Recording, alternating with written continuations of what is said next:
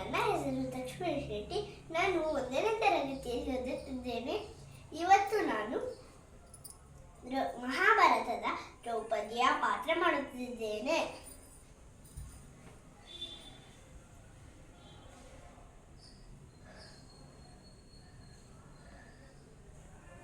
ಮೂರ್ಖ ದುಶ್ಯಾಸನ, ಹೋಗಿ ಹೇಳು ದುರ್ಯೋಧನನಿಗೆ, ಆರ್ಯಪುತ್ರ ಯುಧಿಷ್ಠಿರರು ಯುದ್ಧದಲ್ಲಿ ಸೋತಿರನ್ನು ಸಾಮ್ರಾಜ್ಞಿ ದ್ರೌಪದಿ ಒಪ್ಪುವುದಿಲ್ಲವೆಂದು.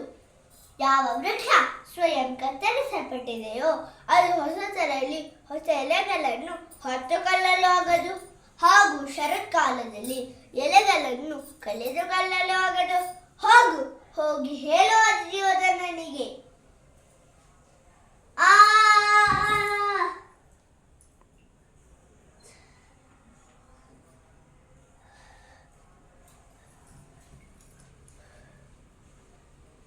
ಮಹಾರಾಜರೇ, ಹಸ್ತಿನಾಪುರದ ರಾಜಸಭೆಯಲ್ಲಿ ಇದೆಂತಹ ವ್ಯವಹಾರ ನಡೆಯುತ್ತಿದೆ.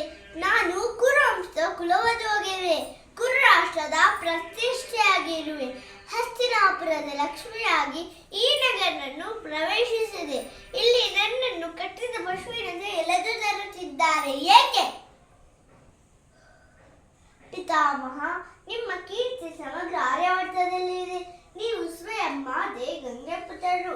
ನಿಮ್ಮ ಉಪಸ್ಥಿತಿಯಲ್ಲಿ ಇದೆಲ್ಲವನ್ನು ನೋಡಿ ಹೇಗೆ ಮೌನವಿರಲು ಸಾಧ್ಯ?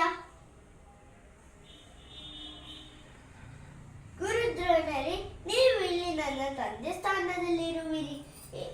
ಇಲ್ಲಿ ನನ್ನೊಂದಿಗೆ ಈ ರೀತಿಯ ವ್ಯವಹಾರ ಏಕಾಗುತ್ತಿದೆ ಹೇಳಿ?